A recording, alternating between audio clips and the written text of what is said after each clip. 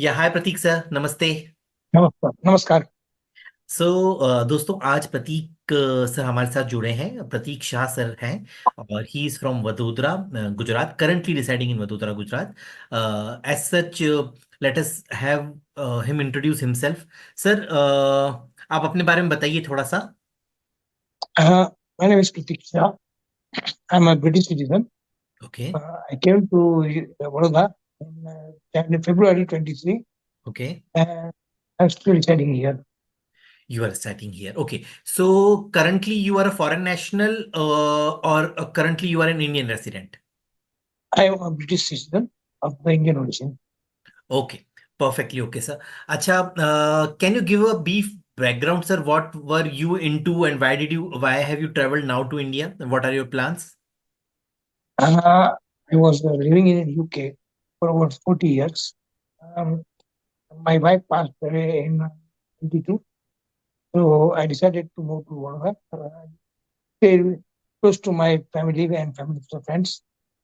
So I moved here. Purchased a property here, and on a planning to invest money, I sold my property in UK because Okay. I had a nice property, and I brought all my money to UK from UK to India. I plan was that to buy a property and also to put the money into the FD so I get regular income to survive on. Okay, and then what went wrong for you, sir? Okay, very briefly, I was introduced to Mr. Nan Soni of HDFC branch, who is a relationship manager, and he helped me to open account in HDFC. Initially, my money was lying on a saving account in SBI, so which was not producing any good income. But I was always having a plan to put the money into the FD. So I thought this is a good thing, and he's helping me with all the paperwork and everything. I asked him to make a 5 FD and give me interest every month. Simple as that. No, Perfect. nothing complicated. Okay, and what went wrong, and when did you realize that the things have gone wrong? Okay, what happened? Mr. Sony explained to me, which is what I understood, is that if I put towards a scheme in HDFC Bank, Okay. please remember it is HDFC Bank. I think no other company involved. It's HDFC Bank, where I will let go interest of my FD over the 5 years period. Every year, my 50 lakh rupees FD interest will be Okay. given to the bank.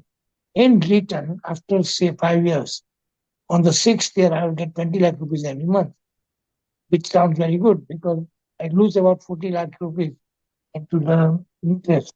But I get 20 lakh rupees every year. So sounds very reasonable. Reasonable. And also I have my money on my FD will be intact.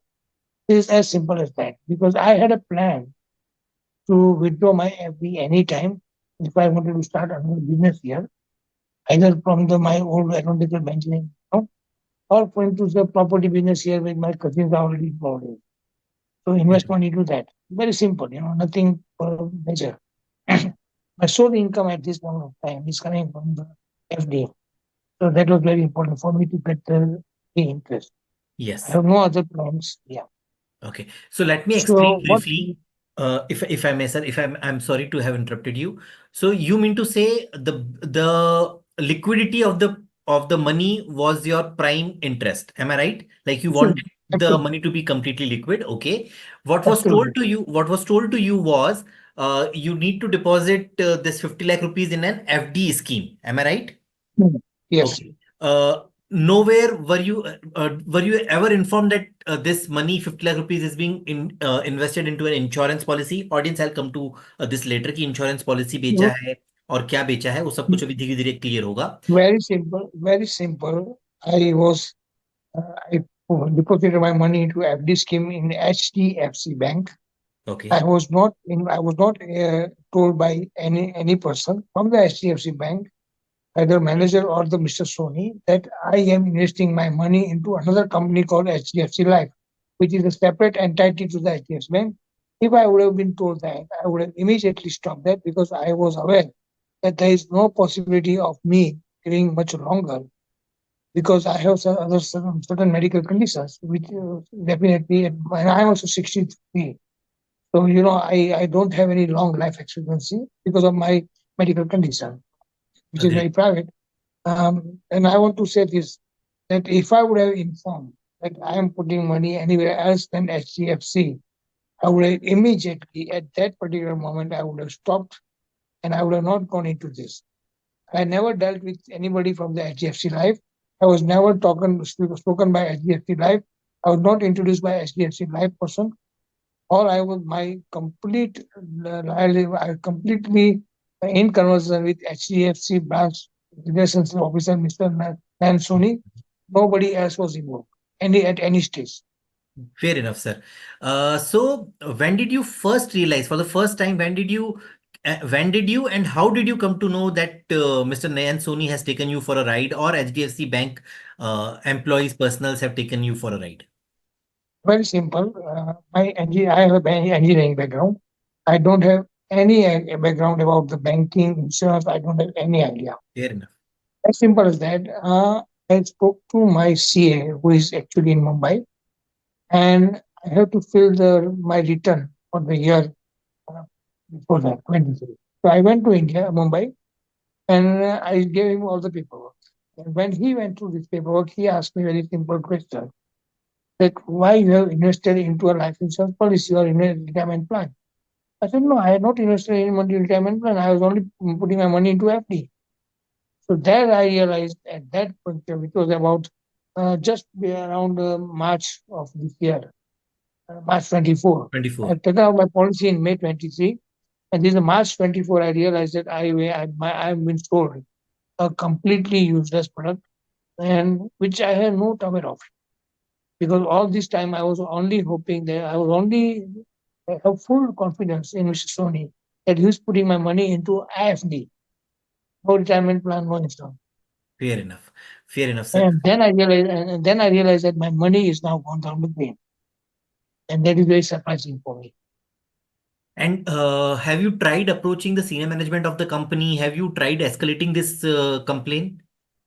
As soon as I returned to Murga, I went straight with my cousin with the branch and told them what the hell is going on. You know? And I was really told at that moment of time that they are going to contact the head office and then they will come back to me. Because we went to the branch and we spoke to the branch, Mr. Soni, as well as the branch manager. Both of them have no idea what they're talking about. Okay. As simple as that.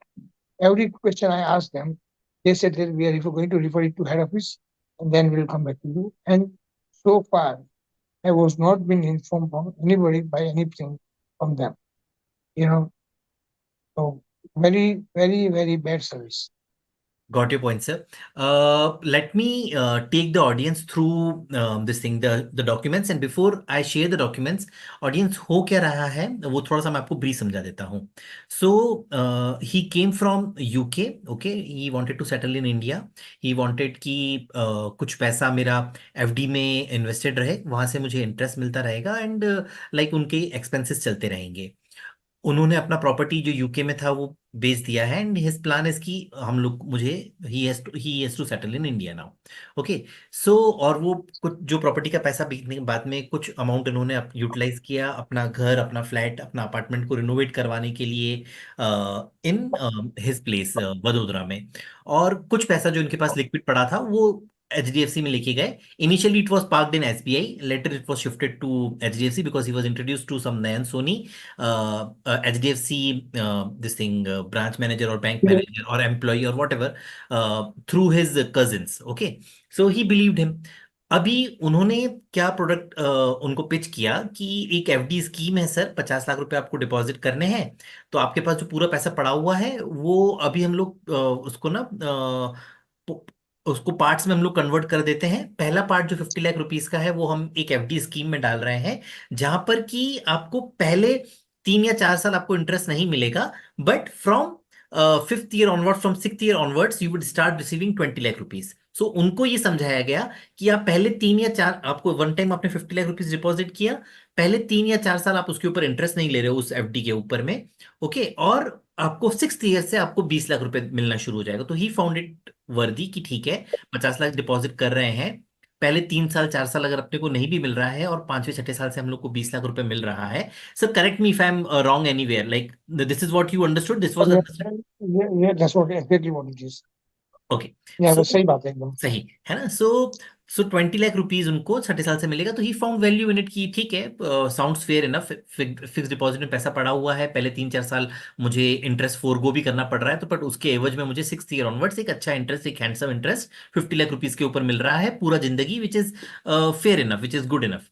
So but he was never told कि sir आपको ये पता था आपको 50 लाख रुपए हर साल जमा करना जरूरी है, अगर आप हर साल जमा इसमें नहीं करोगे तो पुराना मुझे पैसा डूब जाएगा।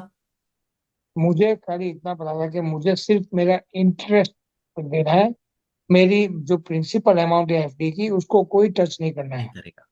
That was what I was told. As simple as that. And when I was really surprised when I see that my FT gone down from 2.5 crore to 2 crore, which was very shocking to me. Because I I trusted the bank. एक बात समझो आप, मैं मैं यहाँ आया तो HDFC branch में बैंक है ना, उसकी उसका दुरुस्त। नाम इतना बड़ा है, इतनी बड़ी बैंक है। मुझे लगा मेरा एक एक पैसा यहाँ एकदम सेफ है। बिल्कुल ट्रू। मैं आपके माध्यम से सबको बताना चाहता हूँ कि कभी भी ट्रस्ट मत करो। बैंक वाले हैं ना, they are only thieves, don't give you anything back, take you from you. और कभी मैं 63 ईयर्स, मेरा जो पैसा मैंने कमाया वो ऐसे ले लिया जैसे कोई ऐसे ही लेके। बिल्कुल सही बात है। सो और ऑडियंस मैंने ऊपर मैं सर के साथ में लास्ट 2 महीने से जुड़ा हुआ हूँ। हम लोग ने सर का जो कंप्लेन था वो बड़ा जेन्युइन तरीके से हम लोगों ने कंपनी को कन्वे किया। So let me now show you certain documents. Sir मैं एक बार ऑडियंस को डॉक्यूमेंट्स के थ्रू लेके जाता हूँ। Please please. सो सबसे पहले हम आपको दिखाते हैं कि he is a UK resident, जैसा कि आप उनका पासपोर्ट में देख सकते हैं। It is clearly mentioned he is a British citizen and it the this thing the passport he carries a passport, UK passport, and it is valid till नवंबर 2025। सबसे पहला पॉइंट ये हम लोग बताना चाह रहे थे। Now he is also a UK tax resident. Why it is important आगे मैं कवर करूंगा। Okay, because he being UK tax resident also residing in India, paying his taxes in India, so ये दो जगह पे टैक्स पे कर रहे हैं, सो इनके ऊपर फटका नॉर्म्स दिस थिंग एप्लीकेबल है। और वो क्यों इंपॉर्टेंट है वो हम लोग आगे डिस्कस करेंगे। सो ये उनका वहाँ के यूके बैंक का जो कुछ डॉक्यूमेंट्स हैं जो मैं शेयर करना चाह रहा हूँ। तो he is paying tax over there, he is depositing taxes over there. Okay. इसके बाद में this fellow, the important thing is यहां से शुरू होता है। जो नयन सोनी था, उन्होंने मार्च 23 में, ये पॉलिसी लिखा है मई 23 में, मई 2023 में। उससे पहले मार्च 23 में इसी बंदे ने सर का एचडीएफसी ब्रांच में एक अकाउंट ओपन किया था। ओके, अकाउंट नंबर के जो लास्ट डिजिट्स हैं वो 1961, and it is an NRO account, it was an NRO account. So he new, this fellow new कि ये जो प्लान है वो एक यूके सिटीजन को बेच रहे हैं, जो इंश्योरेंस प्लान है वो एक यूके सिटीजन को बेच रहे हैं। And he was aware, am I right sir, was he aware about your UK citizenship and was he aware about each and everything? Because when I opened my account, I have to submit my KYC document as my British passport and OCI. Super. Without that, I cannot able to open account. As simple as that. So as simple as that, he was clearly aware. Now अभी वो ही new कि अगर वो उनको UK citizen दिखाएगा और उनको foreign national बताएगा, तो there is a lot of paper work and lot of regulations that he would have to go through before issuing him in insurance policy. This fellow was clear from the very beginning कि उसको एक insurance policy sir को बेचना है, because उनके ऊपर insurance policy का targets होता है। We are all aware about this thing. It is now crystal clear. आगे चल के मैं डॉक्यूमेंट्स में भी शो करूंगा आपको। इनफैक्ट इस बार जो 2 दिन पहले जो बजट पेश हुआ है, उससे पहले जो इकोनॉमिक सर्वे पेश किया था पार्लियामेंट में, मैं उसके भी डॉक्यूमेंट्स पेश करूंगा। वहां से भी क्लियर है कि एवरीवन नोज कि बैंक्स में, आई am not talking about only HDFC bank, This is happening across India. This is happening across all the private sector banks. This is happening across all the public sector banks. SBI, ICICI, HDFC, you name the bank. This kind of things, this kind of nuisance, I would say, कि लोगों का पैसा जो FD में deposit करवाना है उनको वो ट्रांसफर करके या उसको डाइवर्ट करके किसी भी तरीके से इंश्योरेंस पॉलिसीज में जा रहा है. This has been happening since long and I prove that with the help of documents. So उसको क्लियर था कि उसको पॉलिसी बेचना है, और इसीलिए उसने उनको जानबूझ करके, जानते हुए कि इज अ फॉरेन नेशनल, उसने पॉलिसी बॉन्ड में, फर्स्ट ऑफ ऑल मैं आपको पॉलिसी बॉन्ड दिखा रहा हूँ. पॉलिसी बॉन्ड में आपको ये दिखाना चाह रहा हूँ कि ये एचडीएफसी बैंक के थ्रू बिका है. It is the policy has been sold in HDFC bank branch. Okay, तो ऐसा नहीं है कि उन्होंने किसी भी राह चलते आदमी के ऊपर भरोसा किया. No, he was trusting a employee of HDFC bank. Nayan Soni is an employee of HDFC bank. Okay, 50 lakh rupees का प्रीमियम है, 5 ईयर्स तक पे करना है जैसा हमने बताया. ओके, ये जो प्लान है, ये प्लान है H D F C life systematic retirement plan. It's retirement plan. और दिस थिंग 24 मई को इन्होंने परचेज किया है. इसके बाद में इन्होंने जो ऑप्शन चूज किया है एन्युटी का, वो है life annuity with return of purchase price. अभी अलग अलग ऑप्शंस होते हैं, उनमें हम लोग अभी डिटेल में नहीं जाते हैं बिकॉज वीडियो फिर लंबा हो जाएगा, उस पर अपन लोग कभी और बात करेंगे. Now the proposal form. या, सो ये नयन सोनी भाई साहब जो हैं, he is the consultant, he is clearly the consultant named. He was aware about the foreign nationality of sir. उसके बावजूद उन्होंने जो फॉर्म फिलअप किया है, या फॉर्म को अगर हम लोग ये मान भी लें कि सर ने फॉर्म फिलअप किया है, just for the sake of argument let us assume कि उन्होंने फिलअप किया है. हालांकि जो भी आदमी अपना 50 लाख रुपए डिपॉजिट कर रहा है वो अपना रेसिडेंशियल स्टेटस कभी भी गलत नहीं दिखाएगा. But for the sake of argument, because bank ये कहता है कि आप ही ने फॉर्म भरा एंड ऑल, तो मान लेते हैं. But her form is accompanied by an agent confidential report. वहां पे एजेंट को डिक्लेयर करना होता है कि he has verified the KYC documents. जैसा कि मैंने बताया कि कोई भी क्लाइंट 50 लाख रुपीज जितना हेफ्टी सम किसी भी इन्वेस्टमेंट में अगर इन्वेस्ट करेगा तो वो अपने क्रेडेंशियल्स बिल्कुल क्लियरली मेंशन करेगा. एंड वाई उनका कोई फायदा नहीं है कि वो अपने आप को फॉरेन नेशनल ना दिखा करके इंडियन रेसिडेंट दिखाएं और ये पॉलिसी लें. नो, ये फायदा किसका हो रहा है? क्लियरली एजेंट को पता है कि अगर वो फॉरेन नेशनल दिखाएगा तो और पेंशन प्लान बेचने की कोशिश करेगा तो there would be lot of paper work and it would be a tedious job. So वो अपना जॉब बचाने के लिए और सारा रेगुलेटरी नॉर्म्स को बाईपास करने के लिए उन्होंने उनको रेसिडेंट इंडियन दिखाया. क्लियरली मेंशन किया कि are you an NRI? No. हालांकि इफ यू रिमेंबर मैंने आपको दिखाया था एनआरओ अकाउंट उसी बंदे ने ओपन किया है, एचडीएफसी की ब्रांच में ओपन किया है मार्च 2023 में. ये पॉलिसी इशू हो रही है मई 2023 में. So he was very well aware कि सर फॉरेन नेशनल है, is not a resident Indian. उसके बाद में लेट अस नाउ सी, ये प्लान डिटेल्स है. मैं प्लान डिटेल्स में बहुत ज्यादा नहीं जाता हूं. द प्लान इज, मैं आपको यही बता देता हूं कि फर्स्ट ईयर केवल जैसा उनको बताया गया था कि उनको एक बार ही पे करना है. तो अगर वो एक बार ही पे करते हैं, nothing is payable to him, there is no value. This entire 50 lakh rupees has been forfeited. Okay, और अगर अगर ये माना जाए कि उनको बताया गया था कि उनको 50 लाख रुपए हर साल जमा करने हैं, और उनको ये बताया गया था कि 2.5 करोड़ रुपए आप जमा करेंगे, और वो 2.5 करोड़ जो आपके पास केवल, this is the only liquid amount that he has. Okay, बाकी सारा अमाउंट जो उन्होंने ट्रांसफर किया है वो उन्होंने अपना घर का और अपना हेल्थ के ऊपर वगैरह. And as he mention, he is like he's facing certain health issues. I am aware of it, but I do not want to disclose them because it is a personal issue, as he said. So उनको पता है कि उनको पैसा liquid ही चाहिए, कभी भी जरूरत पड़ सकता है तबीयत के हिसाब से भी और दूसरे कामों के लिए भी. तो ही ऑलवेज वांटेड कि मेरा पैसा लिक्विड हो, उस पे कुछ एक अमाउंट आए, और and he enjoys his days, his old age in India. Okay, so this was the purpose. So उस पर्पस के हिसाब से ये प्लान बिल्कुल भी फिट नहीं जाता है, बिकॉज अगर वो 2.5 करोड़ रुपीस पे कर रहे हैं after 6th year, he won't be able to receive, like इसमें से वो कभी पैसा पूरा नहीं निकाल सकते. 100% अमाउंट वो इस पॉलिसी से अपने जीते जी कभी भी विड्रॉ नहीं कर सकते. This is this kind of a plan. Okay, so अब अपन आगे चलते हैं. ये पॉलिसी बॉन्ड मैंने बताया. उसके बाद में जब सर ने हमसे ये केस डिस्कस किया, हम लोगों ने एक कंप्लेन हम लोगों ने कंपनी को दिया, जिसमें हम लोगों ने क्लियरली बताया कि he is a British national, UK resident, he holds a UK passport. Okay, he had open an NRE account in State Bank of India, वहां से पैसा ट्रांसफर हुआ था एचडीएफसी में। ओके। एचडीएफसी में जैसा मैंने बताया जो मार्च में ओपन हुआ था एनआरओ अकाउंट, वो बाद में क्लोज कर दिया था, बाद में उन्होंने एक नॉर्मल अकाउंट में पैसा ट्रांसफर करवाया, because this fellow was aware कि उसको क्या करना है, ओके, और वो क्यों करना है। उसके बाद में भी हम लोगों ने बताया कि because he is a foreign national, so and he is like ना he has a tax payer ID in UK also, जैसा कि मैंने डॉक्यूमेंट्स में आपको दिखाया। उनके ऊपर this foreign account tax compliance act लागू होता है। यहाँ पर नॉन कंप्लायंस है उस एक्ट का।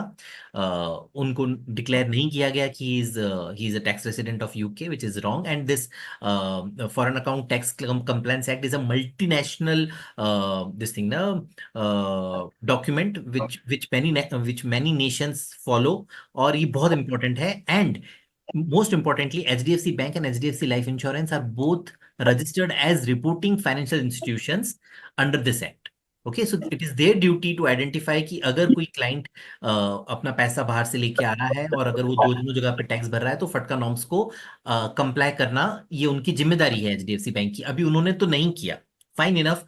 उस बंदे नयन सोनी को, क्योंकि उनका टारगेट्स अचीव करना था, जो भी करना था, फाइन इनफ, उसने गलत पॉलिसी इशू कर दिया। बट जब क्लाइंट को पता लगा, क्लाइंट कंपनी के सीनियर मैनेजमेंट को अप्रोच कर रहा है, क्लाइंट रेगुलेटरी अथॉरिटीज को लिख रहा है, एटलीस्ट तब तो उनको नोट लेना चाहिए कि यस गलत हो गया है, let us close this transaction is wrong, this transaction should be made null and void from the beginning. ये तो बहुत क्लियर सा चीज है। अभी वो क्लाइंट ने डॉक्यूमेंट्स बनाए तो नहीं है, जो डॉक्यूमेंट्स थे वही शो कर रहा है। ओके। उसने अपना आइडेंटिटी तो गलत नहीं बताएगा वो, क्योंकि वो 50 लाख रुपीज इन्वेस्ट कर रहा है। कोई भी आज अगर हम लोग अपना 50,000 रुपये भी कहीं लगाएंगे, तो मैं क्यों कुछ गलत चीज डिक्लेयर करूंगा? I will never do that. उसके बाद में there have been non compliance to various IRDA guidelines. हम लोगों ने विथ क्लॉजेस बताया है कि किस तरह से एंटी मनी लॉन्ड्रिंग गाइडलाइंस का उल्लंघन हुआ है ये पॉलिसी जारी करने में। Because anti money laundering guidelines clearly से कि कोई भी policy which has a premium of 1 lakh and above, which carries a premium of 1 lakh and above annually, has to, it is the duty of the insurer to make sure that a detailed enhanced due diligence is carried out. Okay. और उसके बाद में ही policy issue है। यहाँ पे तो 50 lakh rupees का premium cell किया गया है।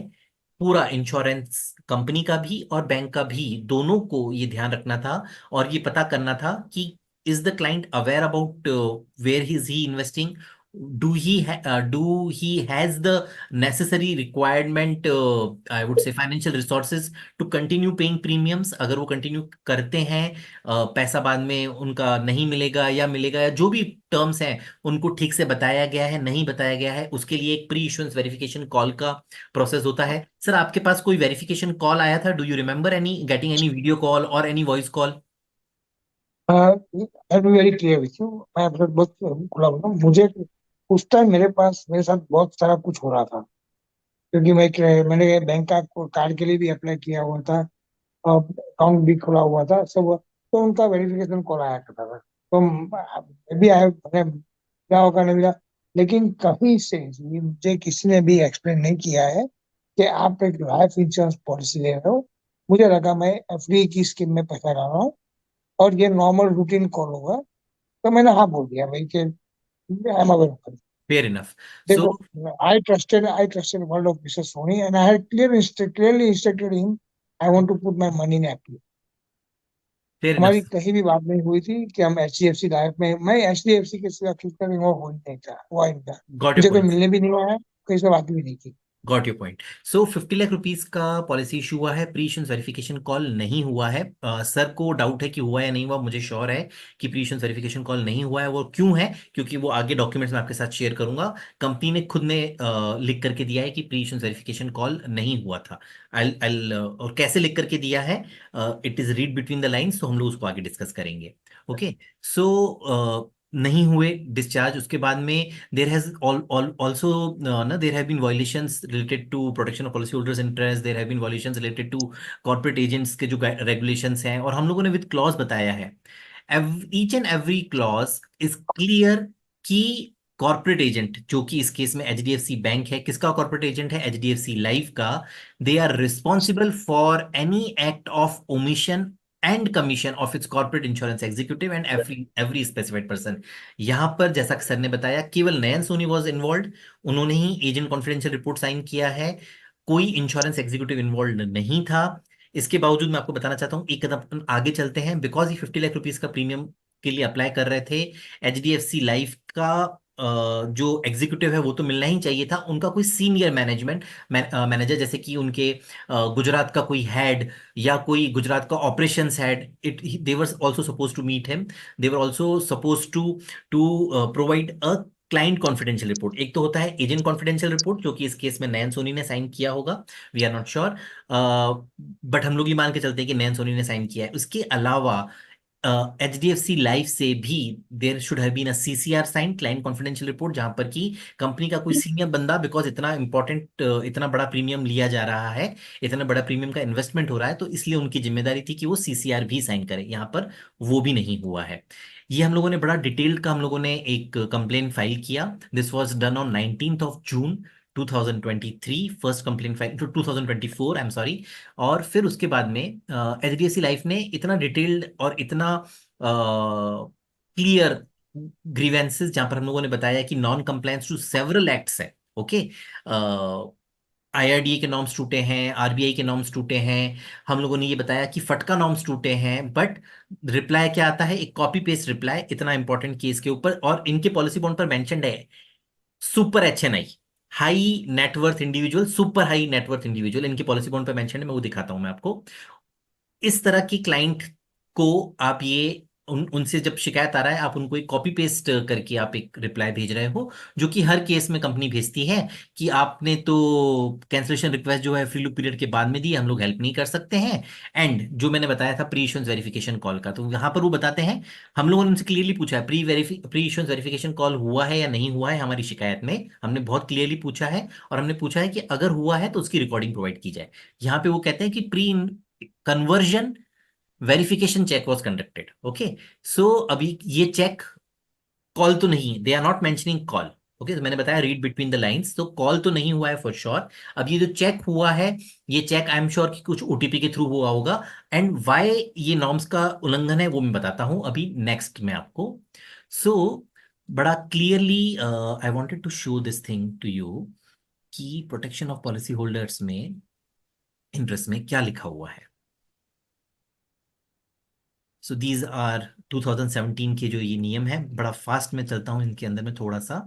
या सो इट क्लियरली मेंशन कि there has to be a board approved policy for protection of interests of policyholders, and which would mention what steps are being taken to ensure that during policy solicitation and sales stage, यानी कि sales stage के दौरान company क्या steps ले रही है prospect को बताने के लिए कि ये प्रोडक्ट के क्या फीचर्स हैं, क्या बेनिफिट्स हैं, टर्म्स एंड कंडीशंस क्या हैं, ओके। और इसके बाद में एक आईआरडीए का सर्कुलर है, जिसमें आईआरडीए सर्कुलर में वो आईआरडीए साफ कह रहा है, and this circular is 2020, policy issue हुआ है 2023 में, ओके।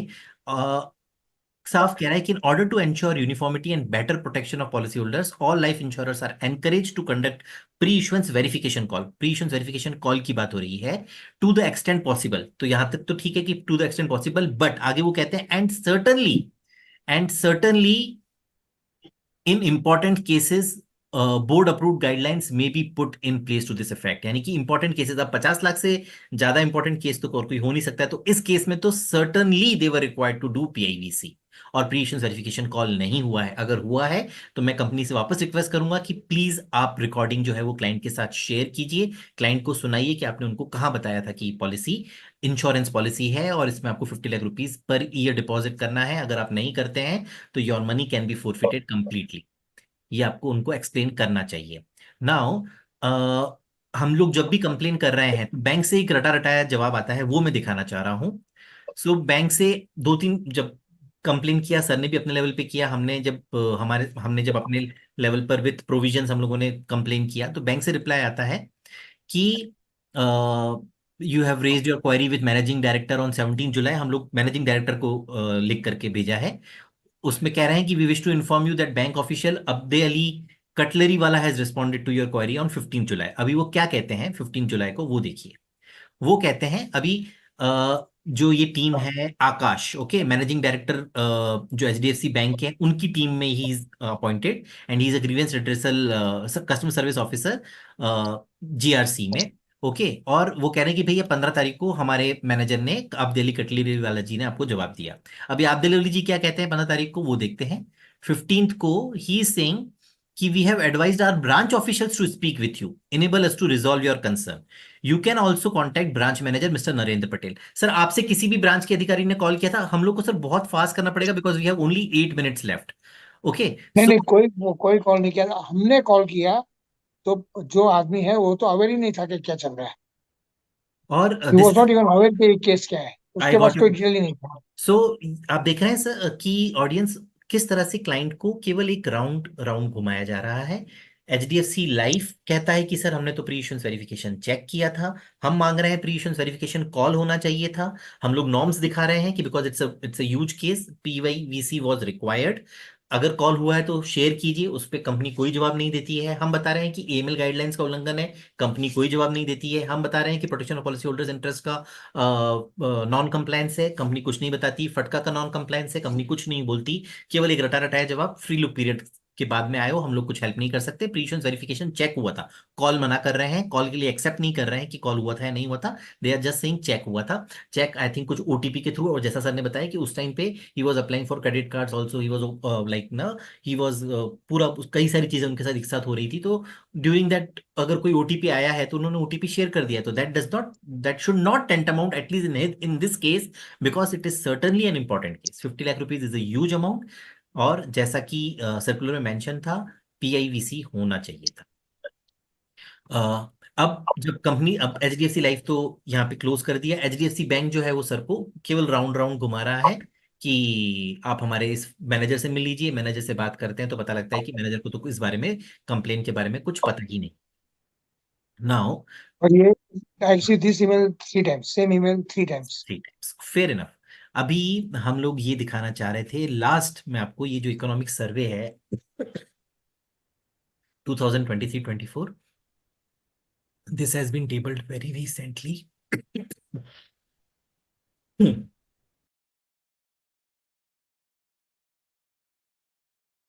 या सो होल्ड ऑन, और इसमें भी क्लियरली मेंशन है कि प्राइवेट बैंक्स और बैंक्स जो है वो पॉलिसीज को मिससेल कर रहे हैं, and this should not be done, this should not, this has to stop. So it is clear कि गवर्नमेंट इज अवेयर। ओके, उसके बावजूद भी क्लाइंट्स को हेल्प नहीं मिल रहा है। सर आप कुछ कहना चाहेंगे एंड में? एक ही बात कहना चाहता हूँ कि ये जो पूरा एच डी एफ सी, मैंने कभी भी कोई इंश्योरेंस पॉलिसी, रिटायरमेंट प्लान कभी मैंने परचेज नहीं किया है। मैंने सिर्फ एफडी में पैसा इन्वेस्ट किया है, और इन्होंने उसको कन्वर्ट कर दिया है कोई insurance plan, retirement plan, which I am not aware of it. Okay, and what is your demand with the company? मेरा डिमांड बहुत सिंपल है। I had give you 50 lakh rupees, please give me my money back with my interest, as simple as that. There is no other demand I have. Okay, sir, I will be highlighting your video to the officials of to Prime Minister's office also. We will be sharing your video with the regulatory authorities also, and I'm sure something good, something meaningful would turn out. Recently, also we have highlighted certain cases related to HDFC Life only, और वहाँ पे success मिला है। They heard our concerns and they responded. So I am sure आपके case में भी response मिलेगा and your case would get resolve. Thank you sir. And another thing is that I have not been contacted by anybody so far, apart from you and the simple emails. Yes, No phone call, nothing. yes, your I saw your case was assigned to some senior vice president also, Maharnosh Damodiwala. उन्होंने भी contact नहीं किया आपको आई think. कुछ किसी ने किया मुझे।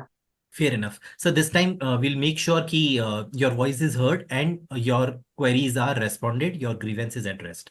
Thank you sir. Yes, of course. You have to understand, I am a very old person with a lot of serious health issue, and the money is this amount of money, and I'm very shocked, and I'm in very much tension, depression. That I lost my this much big amount of money, I which I can, would have been used for any purpose I wanted. You know. this is your money, you are supposed to use it any way you want it to. Exactly. Yeah. Exactly. Perfectly okay, sir. We'll highlight, and I'm sure something positive, something good turns in. Sure. Uh, yeah.